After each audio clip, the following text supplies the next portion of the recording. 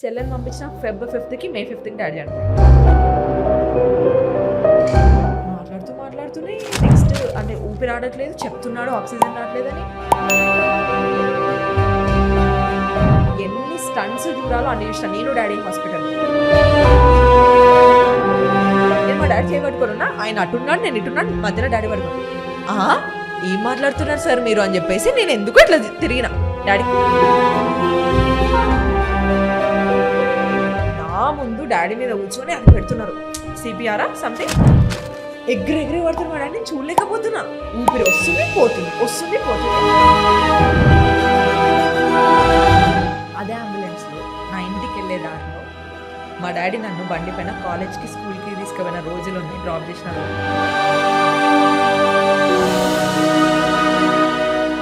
Suffering నేను కాపాడలేదని నా మీద నేను గిల్ట్ వేసుకున్నాను. ఏం చేసుకుందాం అని అనుకునేది, కత్తి పట్టుకొని 2 సార్లు ఇట్లా అనుకునేది, లేకపోతే అగ్గిపెట్ట గీక్కుందాం అనుకునేది, సడన్గా మళ్ళీ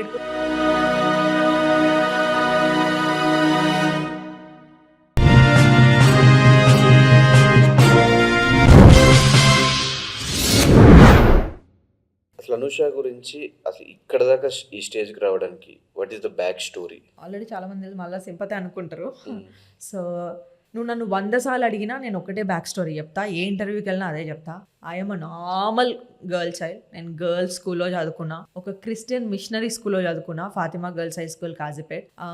mummy daddy love marriage early ఏజ్లో చేసుకున్నారు. మమ్మీకి సెటిల్మెంట్ లేదు, డాడీకి సెటిల్మెంట్ లేదు. ఫీజు కట్టడానికి కూడా మమ్మీ దగ్గర డబ్బులు లేకపోతుండే, బికాజ్ ఆమెనే ప్రైవేట్ స్కూల్ టీచర్. మమ్మీకి 300 400 శాలరీ వస్తుండే. షీఈ్ 18 years old అప్పుడు. నేను ఆల్రెడీ వచ్చేసిన బయటికి. సో లేక మా మమ్మీకి ఏంటి అని అంటే, ఒక క్రిస్టియన్ మిషనరీలో చదివితే అప్పుడు ఆ ఫాతిమా స్కూల్లో ఎట్లా అంటే ఎంట్రన్స్ రాయాలన్నమాట. నీకు ఫ్రీ సీట్ వస్తే 10th వరకు ఫ్రీ. అండ్ డిసిప్లిన్ బాగుంటుంది క్రిస్టియన్ స్కూల్స్లో. లైక్ ఎట్లా అంటే సిస్టర్స్ ఉంటారు అందులో, చాలా డిసిప్లిన్. మమ్మీ సెంటెన్స్లో చదువుకుంటే ఆమెకి ఏముందంటే ఇక్కడ వస్తే డిసిప్లిన్ ఉంటుంది అండ్ మనీ కూడా ఉండదు. ఒక్కసారి నువ్వు ఎంట్రన్స్ రాసి జనరల్ నాలెడ్జ్ టెస్ట్ లేకపోతే సంథింగ్, ఇప్పుడు 4th క్లాస్కి వెళ్తున్నాం అనుకో, 3rd క్లాస్ది ఎగ్జామ్ పెడతారు, అయిపోయిన కోర్స్ ఎగ్జామ్ పెడతారు. వస్తే నా కూతురు ఒక బర్డెన్ ఉండదు, ఫీజ్ బర్డెన్ ఉండదు అని చెప్పేసి నేను ఒక 12 to 15 kilometers ట్రావెల్ చేస్తుండే ఆర్టీసీ బస్లో 4th క్లాస్ ఒక్కదాన్ని.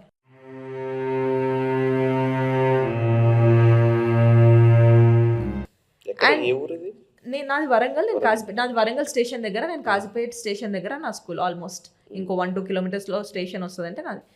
సో 4th క్లాస్ అంటే imagine, I'm 7 or 8 years old. Warangal నుంచి అప్పుడు కొంతమంది అక్క వాళ్ళు ఉండే, తర్వాత వాళ్ళు డ్రాప్ అయిపోయినారు, వేరే స్కూల్కి వెళ్ళిపోయినా. I'm the only person. అసలు ఇప్పుడు అంటే మొత్తం బిల్డింగ్లు అట్లా కనిపిస్తుంది, మొత్తం చెట్లే. 15 years back. Oh my God. అట్లా అక్కడ నుంచి స్టార్ట్ అయింది. దాని తర్వాత గర్ల్స్ కాలేజ్, దాని తర్వాత బైపీసీ తీసుకున్న గర్ల్స్ కాలేజ్ ఇంటర్మీడియట్, దాని తర్వాత డిగ్రీ చేసిన హనంకొండలోనే, బయోకెమిస్ట్రీ చేసిన. దాని తర్వాత ఒక చిన్న జాబ్ వచ్చింది. ఫస్ట్ వచ్చింది ఇక్కడ ట్రైనింగ్ చేస్తుండే, మళ్ళీ వాళ్ళు ఏమన్నారు గ్రూప్స్ వైజ్ డివైడ్ చేసి నా గ్రూప్కి 2 months తర్వాత రావాలని చెప్తే నేను ఇంటికి వెళ్ళిపోయినా. ఈ 2 months నేను ఎందుకు వేస్ట్ చేయాలని చెప్పేసి పీజీ జాయిన్ అయిపోయినా. పీజీ జాయిన్ అయిన తర్వాత మళ్ళీ ఎంఎస్సీ బయోకెమిస్ట్రీ తీసుకున్నాను. ఇట్ వాస్ గోయింగ్ గ్రేట్ యాక్చువల్గా. మళ్ళీ వాళ్ళు నాకు కాలేజెస్ పిలిస్తే లేదు I wanted to complete my PG, మీరు చాలా లేట్గా పిలిచారని నేను వెళ్ళలేదు. పీజీ కంప్లీట్ చేసిన.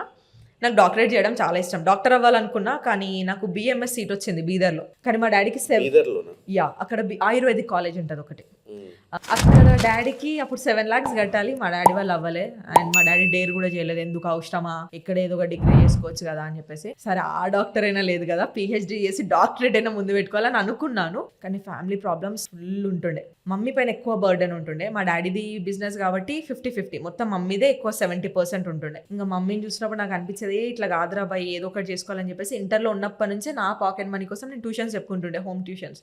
ఒక 4-5 thousand వస్తుండే. దాంతోనే ఫోన్ కొనుక్కున్నా, దాంతోనే మా చెల్లెకి నాకు పాకెట్ మనీ లాగా మేనేజ్ చేసుకునే వాళ్ళం, అదంతా చేసుకునే వాళ్ళం.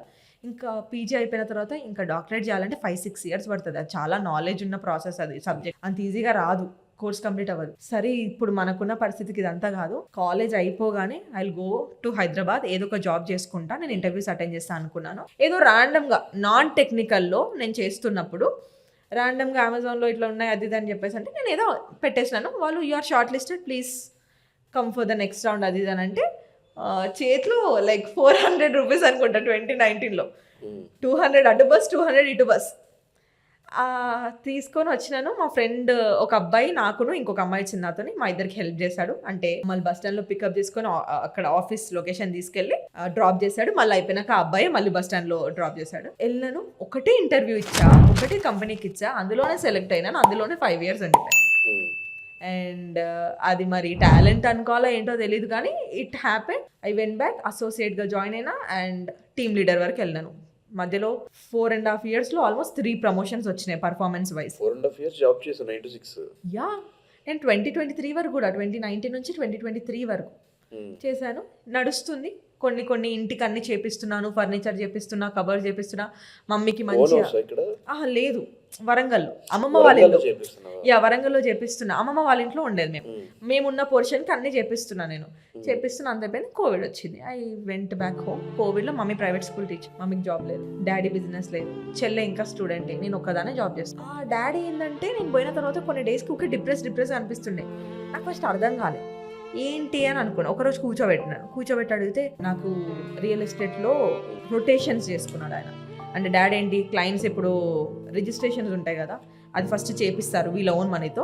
క్లయింట్ మనీ కట్టిన తర్వాత వీళ్ళ మనీ 1 lakh 1.5 కట్ చేసుకొని వాళ్ళ సార్ వాళ్ళకి వెంచర్ వాళ్ళకి మిగతా మనీ ఇవ్వాలి. దట్ ఈస్ ఒక 6-7 క్లయింట్స్ ఉంటే ఈయన ఏం చేశాడు, ఎట్లా వాళ్ళు ఇస్తారు కదా, రిజిస్ట్రేషన్స్ ఉన్నాయి కదా అనుకొని ఫస్ట్ ఈయన రొటేట్ చేసుకొని వాళ్ళని మా డాడీ కట్టేసుకున్నాడు. కోవిడ్ వచ్చింది, వాళ్ళందరూ మాకు జాగలొద్దు ఏమొద్దు మేము కొనుక్కోమని చెప్పేసి బ్యాక్ ఆఫ్ అయిపోయింది. ఇప్పుడు మా డాడీ రొటేషన్కి తెచ్చాడు ఇవన్నీ. అది కాస్త ఒక 6-7 lakhs నుంచి అది కాస్త ఒక 10-11 lakhs వరకు ఇంట్రెస్ట్లు.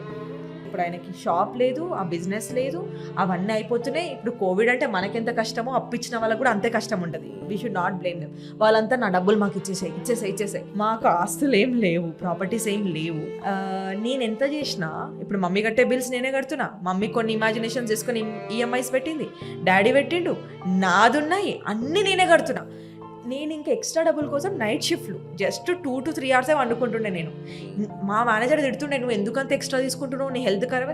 నాకు ఇప్పుడు డబ్బులు కావాలి, నేను బయటికి వెళ్ళి ఇంకో వర్క్ చేయలేను. ఎక్స్ట్రా అలవెన్స్ ఎట్లా వస్తుంది, నైట్ షిఫ్ట్లో డబుల్ పేమెంట్ ఉంటుంది. నీకు 1 hour చేస్తే నువ్వు బేసికల్ నీకు 1 hour కింద ఉండేది, నువ్వు నైట్ షిఫ్ట్ చేస్తే డబుల్ అవుతుంది. సో నేను ఎక్కువ కొడుతుండే. ఒక పాయింట్ ఆఫ్ టైంలో వర్క్ స్ట్రెస్ ఎక్కువైపోయింది. ఇంకా మా డాడీ అట్లా ఉంటే చెప్తే, సరే నువ్వేం టెన్షన్ పడకు, అందరిని పిలుద్దాము, కూర్చొని మాట్లాడదాము, ఇంట్రెస్ట్ ఇవ్వకపోయినా అసలు ఇచ్చేద్దాం, ఫస్ట్ మేబీ కొంచెం ఇంప్రూవ్మెంట్ జరిగితే మెల్లమెల్లగా ఇచ్చేద్దామని నేను అందరికీ చెప్పా. ఒక పాయింట్ ఆఫ్ టైంలో మా డాడీ డిప్రెషన్ నుంచి ఏమైపోయిందంటే, మా డాడీకి అడ్వాంటేజ్ అయిపోయింది, బాధ్యత లేకుండా అయిపోయింది మా డాడీకి. అంటే ఇంకా నేను చేయాల్సింది ఏం లేదు, మొత్తం నా బిడ్డ చూసుకుంటుందని ఒక ధైర్యం ఎక్కువైపోయి ఆ తర్వాత కోవిడ్ ఎత్తేసిన తర్వాత మా డాడీ వర్క్ ఇవ్వకుండా తాగడం స్టార్ట్ చేసేసిండు.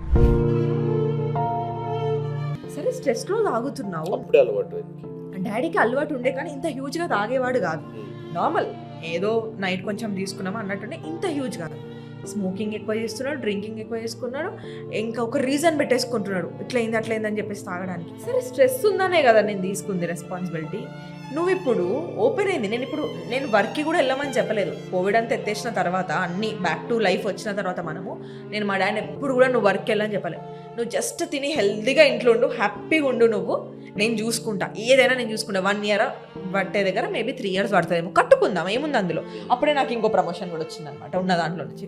సో కొంచెం శాలరీ ఇంక్రీజ్ అయింది, నేను కట్టుకుంటాను, నువ్వేం టెన్షన్ పడకదే మస్తు చెప్పినా. కానీ ఏమవుతుందో బ్యాక్గ్రౌండ్లో తెలియదు. మా డాడీ బేసికల్లీ మీ మెన్నట్లు ఉంటారేమో, ఎక్స్ప్రెసివ్ కాదు, అన్నీ లోపల పెట్టేసుకుంటాడు. నేనైతే మా డాడీకి కూర్చోబెట్టి 100 సార్లు అరిచి చెప్పినా, ఒకసారి కొట్టేంత వరకు వెళ్ళింది, తిట్టి చెప్పిన. కొట్టేంత వరకు వెళ్ళిందంటే నాకేమైనా నాన్నని కొట్టుకోవడం తిట్టుకోవడం సంబరమా, నాకు భయం కోల్పోతా అని. ముగ్గురమే ఆడవాళ్ళం ఉన్నాం, మాకు బ్రదర్స్ లేరు, మా అమ్మలు లేరు, మమ్మీ పెద్దమ్మనే. ఏమైనా అయితే మమ్మల్ని ఎవరు చూసుకుంటారు, సొసైటీ ఎట్లా చూస్తుంది అని చెప్పేసి నువ్వు జస్ట్ హెల్తీగా ఉండు, మా ముందు ఉండని చెప్పేది. వినలే. బ్రెయిన్ స్ట్రోక్ వచ్చింది ఫస్ట్ టైం 2021లో వచ్చింది. అప్పుడు డాక్టర్ చెప్పాడు, నెక్స్ట్ టైం స్ట్రోక్ వస్తే యూ కాంట్ స్టాప్, చనిపోతాడు. బ్రెయిన్ మొత్తం ఇట్లా ముడుచుకుపోయి ఉండే డాడీ. స్క్వీజ్ అయిపోయి ఆల్కహాల్ తాగి, అండ్ ఎంత ఆల్కహాల్ తాగేవాడంటే 24/7 ఇట్లా దిగుతుంటే మళ్ళీ పోయి తాగొచ్చేవాడు. అసలు నేను ఇక్కడ పని చేసుకోవాలనా, డాడీ వెనకాల పడాలనా, మమ్మీ స్కూల్కి పోయి వస్తుందా, లేకపోతే చెల్లె కెరియర్ చూడాలా, నాకేం అర్థం కావట్లేదు. ఇంకొక పాయింట్ ఆఫ్ టైంలో మమ్మీ చెప్పి చాలా లో అయిపోయింది. ఇంకా మమ్మీ కూడా ఏం చెప్పట్లేదు డాడీకి, వదిలేసుకుంది. అందరికీ విసుకొచ్చేసింది. బట్ నేను రోజు కూర్చోబెట్టి చెప్తుండే, నాకు మా నాన్న అంటే మస్తు ప్రాణం, చూసుకోకపోయినా ఫాదర్ ఇస్ ఫాదర్ అని నాకు ఉంటుంది. మా మమ్మీ నన్ను తిట్టేది, అసలు నేను ఏం చూసుకోండి, నువ్వు ఎందుకు అట్లా అంత డాడీ అంటే నాకు ఇప్పుడు ఫాదర్ లవ్ దొరకలే, నాకు దొరకలే, మా చెల్లెకి దొరకలే. ఏమో ఆయన లవ్ చూపించలేకపోయి నేను చూపించాలి లవ్ అనేది నాకు చాలా ఉండే. డాడీకి 2022లో స్ట్రోక్ వచ్చింది, మళ్ళీ ఫిట్స్ వచ్చింది. ఫిట్స్ వస్తే నేను హాస్పిటల్ తీసుకెళ్ళినా. వితిన్ 8 hours ఏం జరిగిందో అర్థం కాలేదు అనేసి నాకు.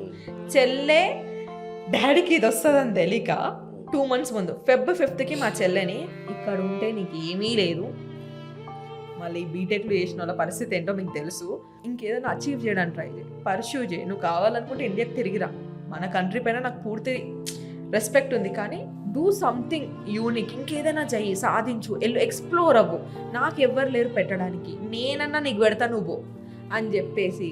మాకు ఆస్తులు లేవు కదా, ఎడ్యుకేషన్ లోన్ రాదు. బికాస్ నాకు ఒక ప్రాపర్టీ ఉండే, నేను మా డాడీ దగ్గరికి వెళ్ళి నేను కొనుక్కున్నది, నేను కొనుక్కున్నాను, నేను రిజిస్ట్రేషన్ చేయించుకొని అన్నీ నేను తీసుకున్నాను అనమాట. అయితే నేను అన్నాను అది ఉంది కదా చెల్లెపైన రాసేస్తా, లేకపోతే అంటే వాళ్ళు అన్నారు సిస్టర్ పేరు పైన ఉన్న డాక్యుమెంట్స్ తీసుకోరు ఎడ్యుకేషన్ లోన్కి, పేరెంట్స్ అయితే తీసుకుంటారు అని అంటే లోన్ రాలే, రిజెక్ట్ అయింది. ఇంకా మా చెల్లె చాలా అప్సెట్ అయితే చెప్పిన ఇట్స్ ఫైన్, పర్సనల్ లోన్ తీస్తా, full interest personal loan, educational లోన్కి ఇంట్రెస్ట్ తక్కువ ఉంటుంది. ఒక 10 lakhs ఇచ్చిన మా చెల్లెని పంపించడానికి, మొత్తం కట్టుబట్టలతో అన్ని కొనిపించి పంపించిన ఆ డబ్బులతోనే. ₹1 మమ్మీ దగ్గర తీసుకోవాలి, డాడీ దగ్గర తీసుకోవాలి. మా మమ్మీ డాడీ అన్నారు ఎందుకంత ఇన్వెస్ట్ చేస్తున్నారు, రేపు పొద్దున మీరు ఇద్దరు విడిపోయే ఛాన్సెస్ అని. నేను ఏదో మేము కలిసి ఉంటామనో లేకపోతే నా చెల్లె నాకు పెట్టాలనో నేను పెట్టట్లేను, నాకున్నది ఒక్కతే చెల్లె, కలిసి ఉంటామో లేదో నాకు తెలీదు, ఇది నా రెస్పాన్సిబిలిటీ. పోనీ ఒక్కరు ఎక్స్ప్లోర్ చేస్తారంటే చెయ్యని, నాకు ఎట్లా అవ్వలేదు అని చెప్పేసి చెల్లెని పంపించిన Feb 5th May 5th daddy చనిపోయాడు. చెల్లెని పంపించిన Feb 5th May 5th daddy చనిపోయాడు.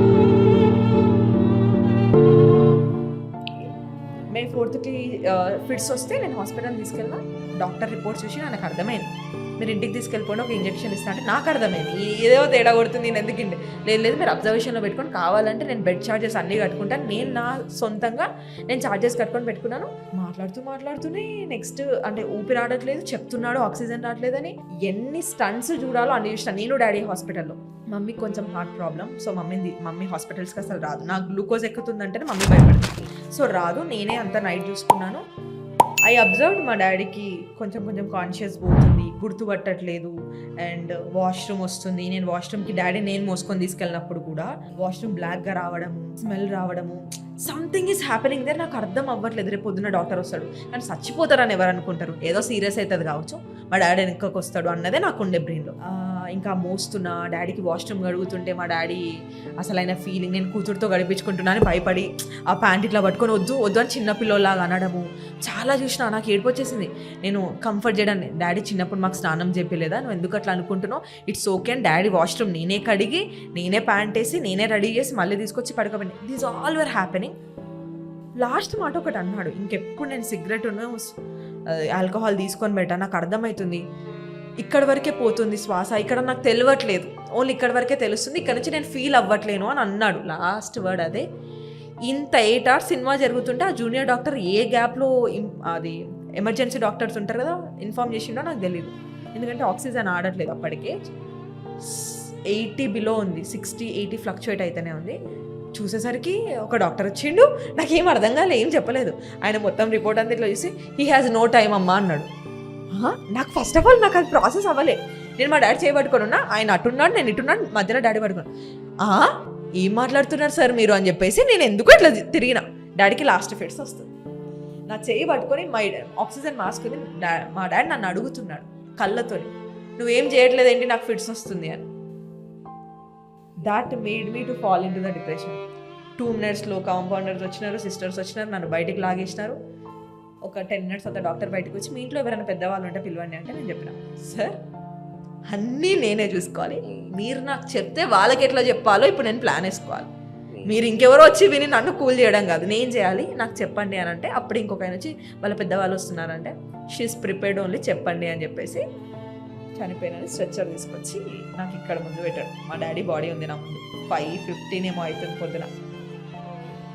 తెలుసు డాడీ చనిపోయిందని, కానీ డాక్టర్స్ కొంచెం ఠాగూర్ సినిమాలా, ఏం సినిమా అది లాగా, అరే లాస్ట్ కొన ఊపిరి ఉందమ్మా, వేరే హాస్పిటల్ ఒక మంచి ఏదో ఉంది, ఎక్విప్మెంట్ ఉంది, దాంతో చేస్తే బ్యాక్ వచ్చిన వాళ్ళు చాలా మంది ఉన్నారంటే నాకు తెలుసు మా డాడీ చనిపోయాడని, కానీ ఆశ, రిగ్రెట్ ఉండొద్దు. ఠాగూర్ అప్పటికే మమ్మీ ఫోన్ చేసింది, చెప్పిన అమ్మ చాలా చూసినావు ఇప్పటిదాకా నువ్వు, డాడీ చనిపోయిండు కానీ వాళ్ళు చెప్పట్లేదు, రాడు అని అనుకోనే నువ్వు ప్రిపేర్ అవ్వు. ఇంకా ఇప్పుడు నువ్వు ఏడ్చుకుంటూ కూర్చున్నా, నేను ఏడ్చుకుంటూ కూర్చున్నా, ఇక్కడ ఇంకా పనులు అవ్వవు, నువ్వు ప్రిపేర్ అయ్యి ఉండు, నేను చెప్తాను నీకన్నా. చెల్లెకి డౌట్ వచ్చింది, ఏంటి నువ్వు ఏం చెప్పట్లేదు కొన్ని గంటల నుంచి, ఏమైంది అంటే ఎందుకో డాడీ లేడు అని నా ముందున్నాడు, డాడీ బాడీ లేడు అన్నట్టు నాకు అంటే ప్రిపేర్ చేస్తున్నాను నేను అనిపిస్తుంది. వాళ్ళు చెప్పట్లేదు కానీ నాకు తెలిసిపోతుంది, నాకు సెన్స్ చెప్తున్నాను. అట్లా అన్నాను. హోల్డ్, వేరే హాస్పిటల్కి వెళ్ళాము. నా ముందు డాడీ మీద కూర్చొని అది పెడుతున్నారు, సిపిఆరా సంథింగ్, ఎగిరి పడుతున్నారు. మా డాడీని చూడలేకపోతున్నా, ఊపిరి వస్తుంది పోతుంది, వస్తుంది పోతుంది. నేను వాళ్ళకి ఒకటే చెప్పిన, మేము ఇద్దరమే ఆడపిల్లలం సార్, లేదు అంటే చెప్పేసేయండి, ఇదంతా చేయవద్దు ప్లీజ్. ఈలోపు మా మామ వాళ్ళకి అంటే మమ్మీ వాళ్ళ కజిన్స్, మాకు మామలు లేరు, వాళ్ళకి చెప్పి మామ రండి మీరు డాడీని తీసుకెళ్ళాలి, ఏదో అవుతుంది ఇక్కడ అని పెద్దమ్మ వాళ్ళకి మా అమ్మ వాళ్ళకి కాల్ చేస్తే వాళ్ళు ఈలోపు వచ్చేలోపు అంబులెన్స్లో డాడీని తీసుకొని నేను ఇంటికి వస్తున్నాను. అదే అంబులెన్స్లో నా ఇంటికి వెళ్ళే దారిలో మా డాడీ నన్ను బండి పైన కాలేజ్కి స్కూల్కి తీసుకుపోయిన రోజులు ఉన్నాయి, డ్రాప్ చేసిన రోజు.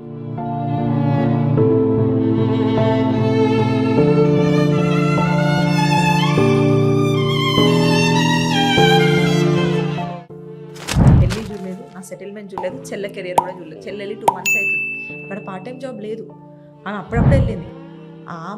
ఆమెలోనే నేను కడుతున్నా, ఆమెకు జాబ్ వచ్చిన రోజు పిక్ చేసుకుంటా అన్నది లోన్ని. 7-8 months నేనే కట్టా. ఎన్ని ఉన్నాయంటే నా పైన హాస్పిటల్లో ఒక 8 hours 1.5 lakh ఎగిరిపోయింది. అండ్ చావుకు అవ్వదో 1 lakh నువ్వు ఎంత తక్కువలో చేసినా, అంబులెన్స్ ఛార్జీలు. ఇప్పుడు చెల్లెని తెస్తావా లేదా అని ఒక డౌట్. పీక్ మూమెంట్ చూసిన లైఫ్లో ఏం అర్థం కావట్లేదు.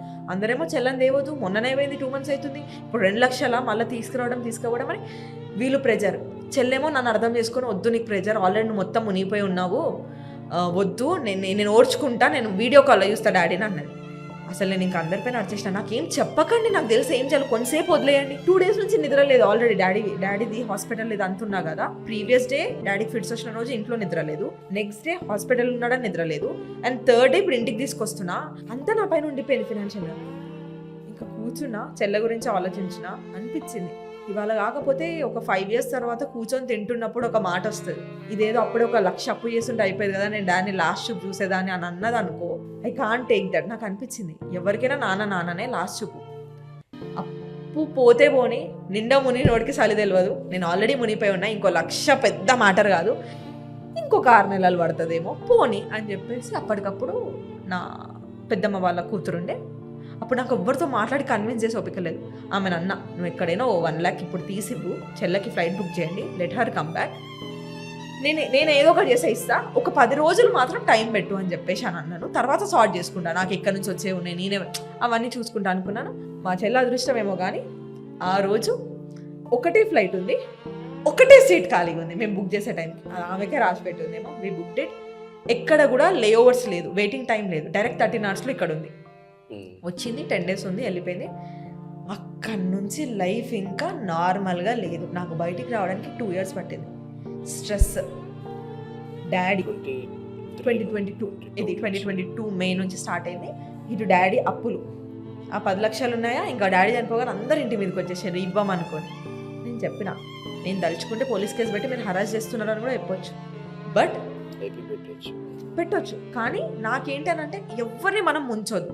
మా నాన్న పేరే వాళ్ళ జీవితాంతం తలుచుకొని తిట్టుకుంటారు, నాకు అది చేయాలని లేదు. నేను ఇస్తాను, నాకు కొంచెం టైం పడుతుంది. ఒక్కొక్కరికి ఒక్కొక్క ఇన్స్టాల్మెంట్ పెట్టినా, ఒక్కొక్క టైం పెట్టినాను. And mummy back to school, mummy health, ఇల్లు చూసుకో, నేను అప్పులు కట్టుకుంటా అని చెప్పేసి అయిపోయింది. ఒక డౌన్ ద లైన్ 6 months తర్వాత చెల్లె అక్కడ పార్ట్ టైం వచ్చి, చెల్లె అప్పుడు ఆమె లోన్ పికప్ చేసుకోవడం జరిగితే నాకు ఒక 50% బర్డెన్ తగ్గింది. ఇదంతా చేసుకుంటూ వచ్చిన ఈ గ్యాప్లోనే నాకు డిప్రెషన్. ఒకరోజు ఆఫీస్లో పడిపోయినా. అందరు నాకు ఆస్తమా ఉందనుకున్నా, నేను అట్లానే అనుకున్నా, ఆస్తమా ఉందేమో, ఊపిరాడట్లేదు. నేను ఒక డాక్టర్ దగ్గరికి వెళ్తే, ఆస్తమా కాదు నీకు యాంగ్జైటీ ఉందనుకుంటా, టెస్ట్ చేయించుకున్నాను. వెళ్తే ఇంత పెద్ద లిస్ట్ ఇచ్చిన, నీకు యాంగ్జైటీ కాదమ్మా, నీకు యాంగ్జైటీ ప్లస్ డిప్రెషన్ ఉంది. అండ్ అయితే ఈ గ్యాప్లో చాలాసార్లు చచ్చిపోదాం అనుకున్నాను. నేను హైదరాబాద్లో ఒక్కదాన్ని ఉండే జాబ్ చేసుకుంటూ, ఎందుకంటే వచ్చేసిన, నేను వర్క్ ఫ్రమ్ ఆఫీస్ స్టార్ట్ అయింది. మమ్మీ అక్కడ నుంచి రాలేదు, ఎందుకంటే మమ్మీకి వచ్చే 15,000 ఇంపార్టెంట్ ఇప్పుడు మేమున్న పరిస్థితికి. ఇప్పుడు చెల్ల అక్కడ నుంచి రాలేదు, ముగ్గురం ఒక్కొక్క చోటు ఉన్నాము, నాకు అవ్వట్లేదు. అండ్ డాడీని లాస్ట్ మినిట్ ఆ 8 hours జర్నీ డాడీ కొట్టుకున్నది అదంతా నేను చూసిన, వీళ్ళు చూడలేదు కాబట్టి వాళ్ళకి కొంచెం ఈజీ అయింది మమ్మీకి చెల్లెకి మర్చిపోవడం. నాకు ఊరికి ఇవే గుర్తొచ్చేది, మా డాడీ సఫర్ అయ్యిండు, నేను కాపాడలేదు, కాపాడలేదని నా మీద నేను గిల్ట్ వేసుకున్నాను. మా డాడీ చనిపోయినాక ఆ రిపోర్ట్స్ వరకు ఎంతమంది హాస్పిటల్లోకి పోయినా తెలుసా, ఉంటే కన్సల్టేషన్ ఫీజు కూడా. ఇప్పుడు ఇది చూస్తే మా డాడీ బతికేటోడా అండి, నేనే సరిగా ట్రీట్ చేయలేదా అని నేను అడుగుతుండే సెల్ఫ్ గిల్ట్లో. దేవర్ ఆల్ లైక్ బతకకపోయేదమ్మా, ఎంత డేంజర్ సిచ్యువేషన్లో ఉన్నాడు. ఎంత చెప్పినా వినకపోయేది. ఈ డిప్రెషన్ వచ్చింది, మధ్యలో సూసైడల్ థాట్స్ ఉంటే ఎండ్ చేసుకుందాం అని అనుకునేది, కత్తి పట్టుకొని 2 సార్లు ఇట్లా ఇట్లా అనుకునేది, లేకపోతే అగ్గిపెట్ట గీక్కుందాం అనుకునేది. సడన్గా మళ్ళీ ఏడిపోవచ్చు, అమ్మా నేను చచ్చిపోతే మళ్ళీ చెల్ల ఉన్న మా అమ్మ ఎట్లా.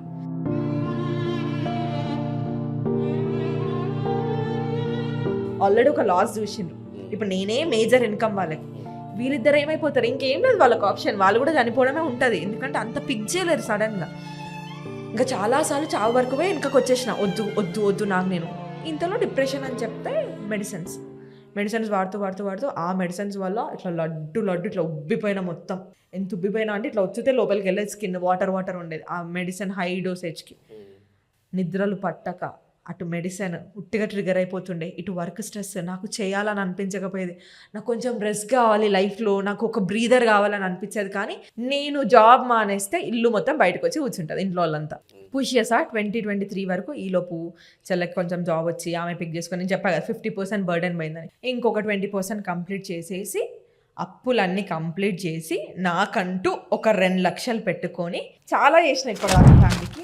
నా కోసం నేను ఏదైనా చేసుకోవాలి, ఫస్ట్ ఒక బ్రేక్ కావాలి లైఫ్లో. నాకు 16 ఇయర్స్ ఉన్నప్పటి నుంచి నేను వర్క్ చేస్తున్నాను ధనుష్, ట్యూషన్స్ చెప్పుకుంటూ. నాకు 27 ఇయర్స్ ఉన్నంత వరకు నేను ఓపిక పట్టిన, నాకు అవ్వట్లేదు, నేను ఏది చూడలేదు లైఫ్లో. పార్ట్నరు అప్పటికి లేడు, నాకు పెళ్ళి అవ్వలేదు, నా పెళ్ళి చూడాల్సిన డాడీ లేడు, చాలా చూసేసిన నేను. ఒక పాయింట్ ఆఫ్ టైంలో చెల్లెకి ఫాదర్ అయినా, మమ్మీకి ఒక ఫ్రెండ్ లాగా ఉన్నా, అన్నీ అయిపోయింది. ఇప్పుడు నాకు చిరాకేస్తుంది నా పైన, నాకు ఇదంతా కాదని చెప్పేసి ఒక బ్రేక్ కావాలి నాకు, ఇంకా చాలు అని అనిపించి ఆ ఒక 2 lakhs పెట్టుకొని సేవింగ్స్ ఉట్టిగా కూర్చొని ఇనఫ్. మమ్మీ ఎవ్వరికి చెప్పలే, జస్ట్ ఆలోచించకుండా రిజిగ్నేషన్ పెట్టిన. 3 days వాడు చెప్పాలి ఇంట్లో రిజైన్ చేసిన. నా లాస్ట్ శాలరీ ఉంటుంది 1 వరకు. చేసిన తర్వాత ఐఎమ్ లైక్ ఓకే, ఇప్పుడు ఏం చేయాలి, ఈ 2 లక్షలతోనైతే ఒక 6 నెలలు గడపచ్చు, ఇంటి రెంట్ తిండి అవన్నీ గడపచ్చు. ఈ 6 monthsలో ఏదో ఒకటి సార్ట్ చేసుకుందాం. ఏమో నేను అనుకున్నా ఏదో ఒకటి గడిపేద్దాం. ఇక్కడనే నాకు అప్పుడు ఫ్లాట్మేట్ ఉంటుంది, అన్ని షేరింగ్, నడుపుదాము అది అని అనుకున్నాను. మా మమ్మీకి చెప్తే మమ్మీ షాక్, పిచ్చిలేసిందా అంత శాలరీ వదిలిపెడతావు, రెసిషన్ అప్పుడు. ఇప్పుడు వెనక పోదామని ఆల్మోస్ట్ డన్. ఒకటి ఉండే, ఒక 3-4 lakhs ఉండే. అది ఎట్లా అంటే ఇప్పుడు సంఘం చిట్టీలు అంటారు కదా, చాలా తక్కువ ఇంట్రెస్ట్తో ఉండే అనమాట. అది ఎట్లానైనా రొటేట్ చేసుకోవచ్చు. మా చెల్లెకి కాల్ చేసి ఒకటే పోయినా, ఇప్పటిదాకా కట్టిన చిట్టీలు సంఘాలు అదెంత మంత్లీ సమ్ 8,000 9,000 ఉండేది అనుకుంటా. పికప్ చేసుకో, నీకు ఎక్స్ట్రా బర్డెన్ ఏమీ లేదు లైఫ్లో, అన్నీ నేనే తీసుకున్నా. ఇప్పుడు నాకు బ్రేక్ కావాలి, నేను మళ్ళీ 6 months తర్వాత బ్యాక్ అయినప్పుడు నేను మళ్ళీ కట్టుకుంటాను. ఇప్పటికైతే నువ్వు పికప్ చేసుకొని చెల్లెకి అది ఇచ్చేసి నేను మమ్మీకి చెల్లెకి ఒకటే చెప్పిన, నేను మీ పైన డిపెండ్ అవ్వను, ఒక 6 months నా పైన డిపెండ్ అవ్వకండి. I wanted to figure out నాకు ఏం కావాలి, అసలు నేను ఏం చేయాలని. చిన్నప్పటి యాంకర్ అవ్వాలని ఉండే. కూర్చున్నా, అందరు వైరల్ అవుతున్నారు, కోవిడ్ అయిపోయింది, అప్పటికే హ్యూజ్ అంతా గల్లీకి 10 మంది అందరు చేస్తున్నారు. ఏం చేయాలి, లిప్స్టిక్ రీల్స్, నాకా యాక్టింగ్ రాదు, బెబ్బే మనము ఎక్స్ప్రెషన్స్ అంతా నేను ఇవ్వలేను, ఇట్లా లిప్స్టిక్ రీల్స్ కూడా మన వల్ల అవ్వవు. సరే మంచిగా క్యూట్ రెడీ బబ్లీగా చేయడం నాకు రాదు, ఐఎమ్ లైక్ దిస్. నువ్వు మాట్లాడిపిస్తే ఎంతసేపు అయినా మాట్లాడతా. నాకు అప్పుడు అనిపించింది నేను ఎట్లా యాంకర్ అవుదాం అనుకున్నా కదా, ఎంతసేపు అయినా మాట్లాడగలుగుతా కదా, ఏదైనా మాట్లాడుతూ కాంటెంట్ చేద్దాము, ఫస్ట్ ఒక ఫాలోయింగ్ తెచ్చుకుందాము, తర్వాత ఆ ఫాలోయింగ్తోని మేబీ ఇండస్ట్రీలో కొంచెం ప్లేస్ క్రియేట్ చేసుకుందాం అని అనుకున్నాను. అదే చేశాను, అదే చేస్తున్నాను, అదే చేయబోతున్నాను కూడా. సో అలా నాకు వచ్చిన ఆపర్చునిటీస్ని నా యాంకరింగ్ కోసం నేను ప్లస్ చేసుకుంటూ వస్తున్నాను. అదే అవుతుంది కూడా. I wrote my own story. కాకపోతే మమ్మీ నాకు ఒక కండిషన్ పెట్టింది, నేను 6 months అడిగినప్పుడు 6 months కాదు 1 year తీసుకో, 1 yearలో నువ్వు సెటిల్ అవ్వాలా నేను అన్నాను. కానీ 1 yearలో, అప్పుడు నేను కామన్ పర్సన్, నాకు 0 followers, అంటే ఐ మీన్ ఒక 2,000-3,000 followers ప్రైవేట్ అకౌంట్. ఈ 1 yearలో నువ్వు కొంచెం నీ ప్రొఫైల్లో చేంజ్ చూపించినా నేను నీకు టైం ఇస్తా, పెళ్లి చేయను, నీ కెరియర్ ఏదంటే అది అచీవ్ చేసుకోండి. అది ఇట్లా పెట్టుకున్నా, మా అమ్మ ఏడా పెళ్లి చేస్తావు, నా కెరియర్ ఏడా అయిపోతుంది అని చెప్పేసి నేను 6 monthsలోనే నా కాంటెంట్ చేసి 100K తెచ్చుకున్నాను. 6 monthsలో ఐ టోల్ హర్, నువ్వు 1 year ఇచ్చినా నేను 6 monthsలో 100K అయింది, నేను ఇంకా కూడా ముందుకు వెళ్తా. నేను ఏదో అడగలేదు, ఇంకా మమ్మీకి ఆప్షన్ లేదు. షీ వాజ్ లైక్, ఆమెకు నమ్మకం వచ్చేసింది చేయగలుగుతుంది, షీ కెన్ డూ ఇట్ అని. Do whatever you wanted, when you are ready tell me, అప్పుడే పెళ్లి చేస్తా. నేను నా కెరియర్ అచీవ్మెంటే నాకు ఎక్కువ. బికాస్ చిన్నప్పటి నుంచి మిడిల్ క్లాస్ లైఫే, లోవర్ మిడిల్ క్లాస్ చూసి మిడిల్ క్లాస్కి మమ్మీ తీసుకొచ్చింది. ఇప్పుడు నేను ఇక్కడ నుంచి రిచ్ లైఫ్ చూపించాలి నా మమ్మీకి, డాడీకి చూపించలేకపోయినా మమ్మీ పోయే లోపైనా నా జనరేషన్ సెట్ అయిందని మా మమ్మీకి అర్థం అవ్వాలి, అది చూపించాలి. ఓన్ హౌస్ ఒకటి కొనుక్కోవాలి, మా అమ్మని కార్లో తిప్పాలి. ఇవన్నీ మా మమ్మీ ఇప్పటివరకు ధనుష్ ఒక షాపింగ్ మాల్కి వెళ్ళి షాపింగ్ చేసింది లేదు. ఇప్పుడు నాతో ఉంటున్నప్పటి నుంచి 2 years నుంచి నేను బలవంతంగా అలవాటు చేస్తున్నా. పబ్ అంటే ఎట్లుంటుందో చూపించా, రీసెంట్లీ గోవా తీసుకెళ్ళాను. ఇవన్నీ ఇప్పుడు చూపిస్తున్నా. ఏంటంటే మమ్మీ ఇదంతా లైఫ్లో ఒక్కసారి వచ్చే ఎక్స్పీరియన్స్. చూడు నువ్వు ఎంతసేపు నా కోసం, డాడీ కోసం, చెల్లె కోసమే పనిచేసినావు. ఇప్పుడు లైఫ్ చూడు, ఇప్పుడు నేను కష్టపడుతున్నాను. సో అది నాకు బాగుంటుంది అనమాట. అది మా అమ్మకు ఒక ఇల్లు గిఫ్ట్ ఇవ్వాలి, ఒక కార్ గిఫ్ట్ ఇవ్వాలి, నేను నడుపుతుంటే మా అమ్మ నా కార్లో కూర్చోవాలి. సో దానికోసం నేను ఏది చేయడానికైనా, నా కెరియర్ కోసం ఎంత టైం తీసుకోవడానికైనా రెడీ. నాకు మ్యారేజ్, పిల్లలు సెకండరీ. ఒకటే చెప్తా సొసైటీకి కూడా, నీకు పోషించే సత్తా ఉంటే, నీ పార్ట్నర్కి సపోర్ట్ ఇచ్చే సత్తా ఉంటే పెళ్లి చేసుకోండి భయ్, అమ్మాయినా అబ్బాయినా. లేదు అంటే అనవసరంగా పెళ్లి చేసుకోకండి, మీరు సఫర్ అవ్వకండి, పిల్లల్ని దేకండి. సింపుల్ ఫండా. లేదు అని అనుకుంటే ఒంటరిగా ఉండు, నీ బతుకు నువ్వు బతుకు, నీ తిండి నువ్వు తిను. So I'm on that this thing. అట్లా ఇక్కడ దాకా ఈ బిగ్ బాస్ అగ్ని పరీక్ష వరకు ఒకటే ఏం, యాంకర్ అవ్వాలి ఇండస్ట్రీలో సుమా గారు లాగా. కొడితే ఎట్లుండాలంటే జనరేషన్స్ గుర్తుపెట్టుకోవాలి నీ యాంకరింగ్కి. ఆమె యాంకరింగ్ అట్లా ఉంటుంది అనమాట. ఎంతోమంది వస్తున్నారు పోతున్నారు కానీ షీఈ్ లైక్ దట్. ఎవరికైనా తనే ఇన్స్పిరేషన్. ఇప్పుడు యాక్టింగ్లో చిరంజీవి గారు అని అందరు ఎట్లా చెప్తారో, నేను యాంకరింగ్, నేను చిన్నప్పుడు సుమా గారిని చూసే నేను అరే ఈమె ఎట్లా చేస్తుందని. సో నాకు తన ఇన్స్పిరేషన్.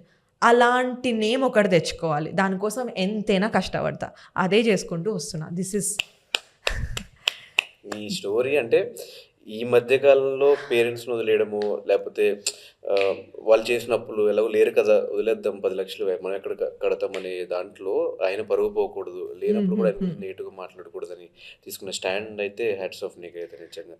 కానీ బయట అమ్మాయిలు ఎంత ఫ్యామిలీ రెస్పాన్సిబిలిటీస్ తీసుకుని ఒక బ్రదర్ లాగా, ఒక ఫాదర్ లాగా చాలా తక్కువ మంది, చాలా రేర్గా చూస్తాం ఇట్లా స్టోరీస్. చాలా మంది బయట. రీసెంట్లీ నా ఎపిసోడ్ చూసాక, నా ఇంట్రో ఎపిసోడ్ తర్వాత నేను 3 టాస్క్లు చేసా, అది రాలేదు, ఓన్లీ ఫ్యామిలీ స్టోరీ వచ్చింది. అందరు చూసి ఈమె ఏముంది, అందరికి ఒక బ్యాక్ స్టోరీ ఉంటుంది, అందరికి అప్పులు ఉంటాయి, మగోళ్ళకైతే ఇంకా చాలా కష్టాలు ఉంటాయి, ఇందులో ఏముందని చెప్పేసి 3 గ్రీన్స్ ఇచ్చారంటే నేను ఒప్పుకుంటా. అందరికి ఒక స్టోరీ ఉంటుంది, అందరు లైఫ్లో కష్టపడే వస్తారు. నేను ఎవరిని అక్కడ తక్కువ చేసి మాట్లాడాలి. నా నాన్న గురించి నేను మాట్లాడినా కూడా నాకే ఏడుపు వస్తుంది. నా లైఫ్ అంతా స్టేజ్ పైన ఒక 5 minutesలో ఇట్లా తిరిగింది. అంటే నేను మాట్లాడుతున్నప్పుడు నేను ఎక్కడి నుంచి వచ్చినా, ఏం జరిగిందన్న తిరిగి చాలా ప్రౌడ్, హ్యాపీ, బాధ. ఇక్కడ దాకా వచ్చినా చూడడానికి డాడీ లేడు, ఇక్కడ దాకా చేసేసి నా వెనక తిరిగి చూసి ఇంతవరకు వచ్చినా అనే చాలా మిక్స్డ్ రియాక్షన్స్లో ఏడుపు వచ్చింది. నేను ఏడ్చినాను. ఆల్సో నా కంటెంట్ కూడా నేను ఎప్పుడు ఎట్లా పెట్టుకున్నా అంటే, నేను ఎన్ని జోకులు వేసినా, ఎంత హ్యూమర్తో మన ఏందంటే ఏంది అన్నట్టే ఉంటుంది నా కాంటెంట్. నేను ఏది చేసినా కూడా చాలాసార్లు మోస్ట్ ఆఫ్ మై కాంటెంట్ ఒక ఫాల్ తర్వాత ఇంకొక రైజ్ ఉంటుందిరా లైఫ్లో, దానికి నేనే ఎగ్జాంపుల్ అని చెప్పడానికి చాలా కాంటెంట్ చేశాను. అది చాలామంది ఇన్స్పైర్ అయ్యి, నాకు పేరెంట్స్ కానివ్వండి, పిల్లలు కానివ్వండి. నాకు అచీవ్మెంట్ ఎప్పుడు అనిపించింది తెలుసా ధనుష్, నాకు యాంకరింగ్ ఫస్ట్ టైం వచ్చినప్పుడు అనిపించలేదు. నా కాంటెంట్ నేను అదాన్ టాకీస్కి ఒకటి ఇచ్చాను అనమాట ఇంటర్వ్యూ. ఇదే నా లైఫ్ స్టోరీ 1 year బ్యాక్ చెప్పాను. నాకు ఆ యూట్యూబ్కి వెళ్ళి చూడండి, మీరు కింద కమెంట్స్ చూడండి, thousands of కమెంట్స్ ఉంటాయి. 99% కమెంట్స్లో ఏమున్నాయి తెలుసా, నా కూతురు పుడితే నీలాగా పెంచుతా, నేను పెంచుకుంటా, మా దగ్గరకు వచ్చేస్తావా, మేము యంగ్స్టర్స్ నిన్ను చూసిన తర్వాత నాకు ఒకవేళ కూతురో కొడుకో పుడితే నీలాగా చూసుకుంటాము, నీలాగా ట్యూన్ చేస్తాము. లేకపోతే కొంతమంది లిటరల్లీ నా పిల్లలు నన్ను ఇట్లా వదిలేసినారు, అసలు ఏం పూజలు చేసేది మీ మమ్మీ నువ్వు ఉన్నావు. ఇది నేను గొప్పగా అంటే నేనేదో అంటే ఫ్లెక్స్ చేసుకోవట్లేదు. ఆ రోజు అనిపించింది ఇట్లా ఎంతమంది నిన్ను చూసి ఇంకా ఇన్స్పైర్ అవ్వాలి, ఇంకా ఎంతమంది నేర్చుకోవాలి. Literally I have girls in my list. ఇప్పటికీ వాళ్ళు నా వాట్సాప్లో ఉన్నారు, నా ఫాలోవర్స్కి వచ్చిన వాళ్ళ అమ్మాయిలు. వాళ్ళ డాడీలు నాకు కాల్ చేసి, నాన్న ఈ రోజు నుంచి మేము మందు మానేస్తున్నాము, మా బిడ్డని ఇంటర్వ్యూ చూయించింది, ఒక తండ్రి లేకపోతే ఇంత సఫరింగ్ ఉంటుందా, we are quitting alcohol, we are quitting smoking అని చెప్పేసి ఎంతమంది ఫాదర్స్తో నేను మాట్లాడాను తెలుసా. నాకు ఎంత అచీవ్మెంట్. నేను నా నాన్నని మార్చుకోలేకపోవచ్చు, కానీ నన్ను చూసి ఒక ఫాదర్ రియలైజ్ అయ్యింది కదా, చాలు. ఇప్పుడు ఇన్ఫ్లుయెన్స్ అని స్టార్టింగ్ మాట్లాడినావు కదా, నేను చేయాల్సిన దగ్గర చేసా, నేను డప్పు కొట్టుకోలే. It was silent treatment. అందరూ నేను మాట్లాడింది ఒర్రింది చూస్తున్నారు, కానీ సైలెంట్గా నేను చేసినవే డోంట్ మైండ్. నేను స్టేజ్ పైన కూడా అదే చెప్పా, నేను సమాజాన్ని మార్చడానికి నేను రాలేదు, ఎవరినో ఉద్ధరించడానికి నేను కాంటెంట్ చేయట్లేదు. నేను చేసేది నేను చేస్తా, నచ్చితే తీసుకోండి, నచ్చకపోతే ఫైన్. నేను ఎప్పుడు కూడా అంత బిలో ద బెల్ట్ వెళ్ళి కూడా ఎప్పుడు నేను కాంటెంట్ చేయలేదు. I'm keeping up with my ethics, అదే మెయింటైన్ చేస్తున్నా. సో చాలామంది సింపతికి తెచ్చుకున్నావు నువ్వు, ఏముంది మొగోళ్ళు కూడా కడతారు కావచ్చు బై, ఆడపిల్లలకు కట్టాల్సిన అవసరం ఏముంది, ఆస్తులు మొగోళ్ళకి వస్తే కానీ అమ్మాయిలకు రావు కదా. You get it. నాకు కొరివి పెట్టేటప్పుడు కూడా ఇదే క్వశ్చన్ ఉండే మా డాడీకి, ఎవరో కొడుకు వరుసలో పెట్టిస్తా అంటే మా డాడీ అప్పులు నేను కట్టాలి, మా డాడీ లెగసీని నేను తీసుకోవాలి, మా డాడీ చెడ్డ పేరుని మంచి పేరుని నేను మొయ్యాలి సొసైటీలో, కానీ కొరివి మాత్రం ఇంకెవరో పెడతారు కొడుకు వరుసలో. నేను ఇవ్వలేదు, అగేన్స్ట్ రూల్స్ పోయినా పర్లేదు, నేనే కొరివి పెట్టినా. నేను పెట్టా మా డాడీకి, నేనే పెట్టినా. కాశీకి వెళ్ళి రిచువల్స్ రీసెంట్లీ చేశా డాడీకి, రీసెంట్లీ మార్చ్లో చేసా. నాకు ఆ డ్రీమ్ ఉండే మా డాడీకి అక్కడ పూజ చేయించాలి అని చెప్పేసి అక్కడికి వెళ్ళినాను, చేసినాను. I'm like happy. బట్ డెఫినెట్గా ఈ ఫాల్ నుంచి ఎలా అయితే రైజ్ అవుతారు, this is what I wanted to show to people on Bigg Boss. నేను మాట్లాడే ప్రతిసారి ఏదో ఒక స్టోరీ వస్తుంది నా నోట్లోకి వెళ్ళి, నా లైఫ్ గురించే కాదు, ఎవరి లైఫ్ గురించో వస్తుంది. అండ్ నేను థింక్ చేసే పర్స్పెక్టివ్ చాలా డిఫరెంట్ ఉంటుంది. నువ్వు నా ముందు ఒక యాపిల్ పెట్టినావంటే యాపిల్ కట్ చేస్తే రూమ్లో ఎంతమంది ఉన్నారు, ఎంతమందికి వస్తుంది, లేదు ఇప్పుడు దీన్ని ఎవరైనా షూట్ చేయమంటే ఇది ఎవరి వల్ల అవుతుంది. I think very differently. So నాకేమనిపించిందంటే ఒక కమ్యూనిటీకి ఆల్రెడీ నా పర్సెప్షన్స్ నచ్చుతున్నప్పుడు అది కొద్దిగా వాళ్ళ లైఫ్లో హెల్ప్ అవుతుంది అని అనుకుంటే 2 రకాలుగా బిగ్ బాస్ నాకు హెల్ప్ అవుతుంది. 2 తెలుగు రాష్ట్రాలకి నా ఆలోచనలు తెలుస్తాయి, నాకేం కావాలో తెలుస్తుంది. ఒకవేళ ఆదరణ నేను పొందితే బయటకు వచ్చిన తర్వాత నా కెరియర్కి చాలా బిగ్ ఆపర్చునిటీ అవుతుంది. సో ఒక కామనర్నే నేను. ఎక్కడ నేను రిచ్ అనిపించింది, 25 లక్షలకి ఎందుకు ఏడుస్తా, డిప్రెషన్లోకి వెళ్తా, నా దగ్గర డబ్బులు ఉంటాయి. అక్కడ నుంచి చూసిన దాన్ని నాకు ఒక పుష్ ఇస్తే ఇంకా ముందుకెళ్ళి ఇంకా బాగా చేయలేనా అన్నదే నాకు ఉండేదన్నమాట. సో ఇప్పుడు వీళ్ళు నాకు 300 ఉందని ఇన్ఫ్లుయెన్సర్ క్రియేటర్ అని కొట్టుకుంటున్నారు, కానీ ఈ 300కే రావడానికి నా సాక్రిఫైస్లు, నా బ్యాక్ స్టోరీ, నా ఫాల్, నా rise, it's a different story. నేను అది చూపించుకొని ఎప్పుడు ఎక్కడ కూడా అది చూపిస్తేనో నాకు యాంకరింగ్ ఇవ్వలేదు. నా కంటెంట్ నచ్చి యాంకరింగ్ ఇచ్చారు, నాకు రీచ్ ఉంటే బ్రాండ్స్ ఇచ్చారు, నేను మాట్లాడితే నచ్చి ఇంకొక ఏజెన్సీ పిలిచింది తప్ప ఎక్కడ కూడా మా డాడీ చనిపోయినందుకు నాకు ఆపర్చునిటీస్ ఇవ్వలేదు. అట్లా తెచ్చుకోవాలనుకుంటే ఈ పాటికి నేను పెద్ద ఎస్టాబ్లిష్డ్ ఏదో ఒక పర్సనాలిటీ అయిపోయి కూర్చొని ఉండే. I'm still working for it. అది నేను జనాలకు చెప్పాలనుకుంది. సో సింపతి వల్ల కాదు బ్రో.